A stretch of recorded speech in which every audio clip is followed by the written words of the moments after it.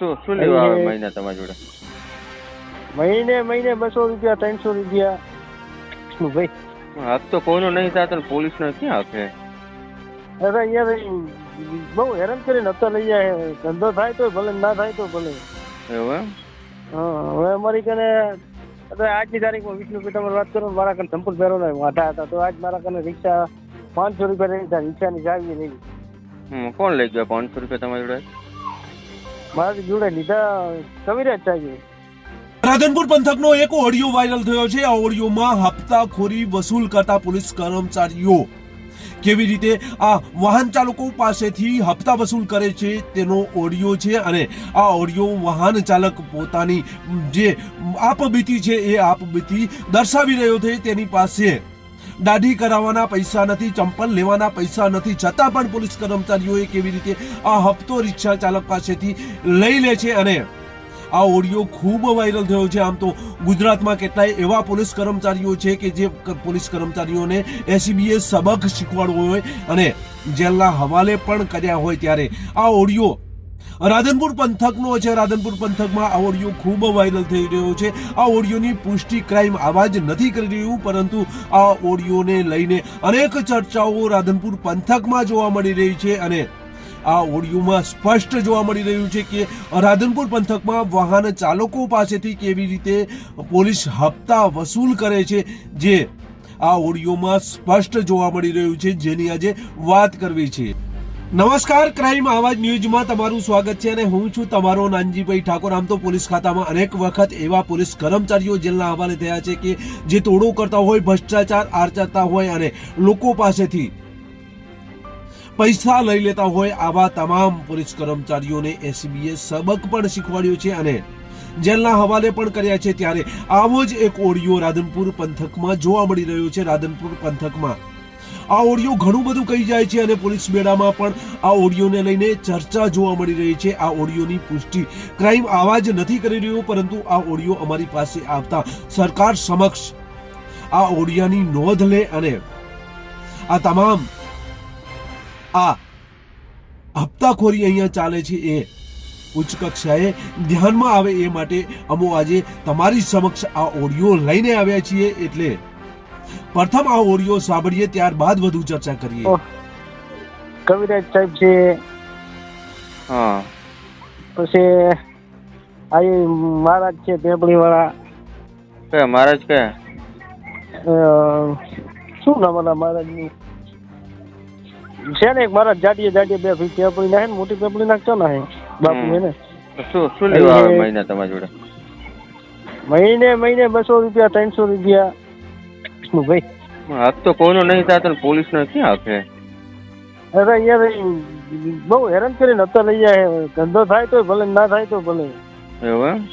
હા, હવે અમારી કને આજની તારીખમાં વિષ્ણુભાઈ તમારે વાત કરો, મારા કને સંપૂર્ણ પહેરો ને વાંધા હતા તો આજ મારા કને રિક્ષા 500 રૂપિયા રહી હતા. રિક્ષાની ચાવી નહીં. કોણ લઈ ગયો 500 રૂપિયા તમારી જોડે? મારી જોડે લીધા કવિરાજ ચાવી. એમ? તારા 3 મહિનાના પૈસા બાકી છે. લાય કપૂર ભરી હોટલે રિક્ષા અહીંયા મારી રિક્ષા અહીંયા લઈ ગયા, ચાવી લઈને 500 રૂપિયા હપ્તો મારા કને નતા તો મેં બીજા કને ફોન પે કરાવી લઈ ગયા પૈસા. મેં સાહેબ થોડીક તો મારી ઇજ્જત કરો કે મારા કને સંપૂર્ણ પહેરવાના અત્યારે વાંધા હે. મારી કને દાઢી કરવાના કોઈ પૈસા નહીં. આ દાઢી વધારે કરું છું. પણ તમે આવું અમને બધે શું કેમ પૈસા આપો? તમારો વાંક જ અમને પોલીસ કર્મીને તમારે પૈસા આપવાનો કોઈ હક જ નથી. હું ઘણો જાગૃત છું, પણ મારી પાસે કોઈ હે નહીં વિષ્ણુભાઈ, એટલે આજ તમને જાણ કરી મેં. અને મારી પાસે કદાચ બે ચાર જણા થાય ને તો હું બધું કહી શકું. પણ એમાં કોઈ છે કોઈ પાછળ હોવાનું કોઈ કારણ? તમે સાચા છો તો તમારે શું કેમ પૈસા આપવા જોઈએ એમને?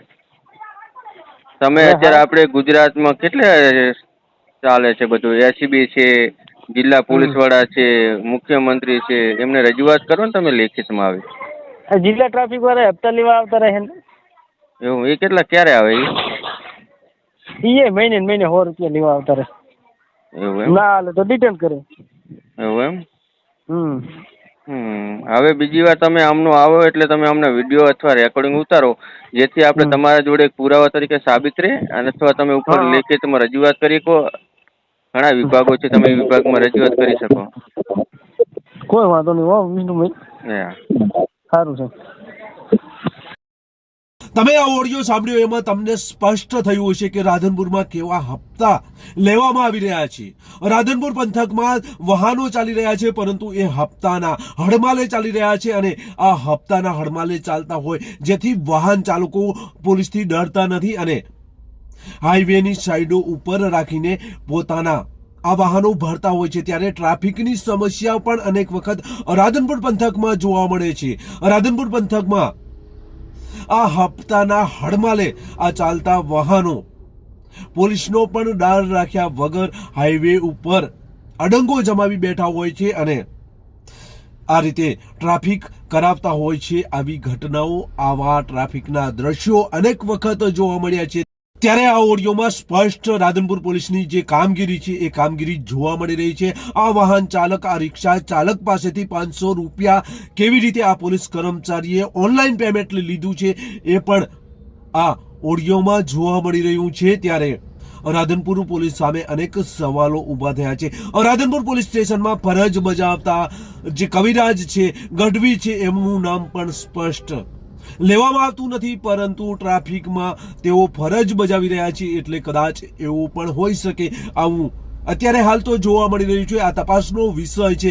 કયા કયા પોલીસ કર્મચારીઓ આ ગુનાહિત કાર્યમાં સંડોવાયેલા છે એ તપાસ બાદ જ ખબર પડશે. પરંતુ આ ઓડિયોને લઈને અનેક સવાલો ઊભા થયા છે. રાધનપુરમાં ટ્રાફિક સમસ્યા વધતી જોવા મળે છે. તેનું કારણ છે આ વાહન ચાલકો પાસેથી પોલીસ હપ્તા વસૂલી. કારણ કે જો હપ્તા વસૂલી ન હોય તો ટ્રાફિકની સમસ્યા પણ દૂર થઈ જાય. કારણ કે હાઈવે ઉપર જેમ તેમ પોતાની રીતે અડંગો જમાવી અને વાહન ચાલકો પોતાના આ વાહનો ભરતા હોય છે. એ વાહનો ભરતા હપ્તો આપતા હોય એટલે પોલીસનો ડર હોતો નથી અને એટલે જ આ ટ્રાફિક થતી હોય છે. અને આ ટ્રાફિકને લઈને અનેક વખત અનેક સમસ્યાઓ પણ જોવા મળતી હોય છે. ત્યારે આ ઓડિયોની પુષ્ટિ ક્રાઇમ આવાજ નથી કરી રહ્યું, પરંતુ ઉચ્ચ કક્ષાએથી આ બાબતે તપાસ કરવામાં આવે અને જો આ ભ્રષ્ટાચાર, આ લાંચમાં સંડોવાયેલા તમામ પોલીસ કર્મચારીઓ સામે કાર્યવાહી કરવામાં આવે તેવી લોકમાંગ ઉઠી છે. બસ એ જ. જો તમે અમારી ચેનલમાં નવા છો અને આવા જ લેટેસ્ટ ન્યૂઝ જોવા માંગો છો તો અમારી ચેનલને અત્યારે સબસ્ક્રાઇબ કરો, જેથી આવનાર લેટેસ્ટ ન્યૂઝ તમારા સુધી પહોંચી શકે. નમસ્કાર.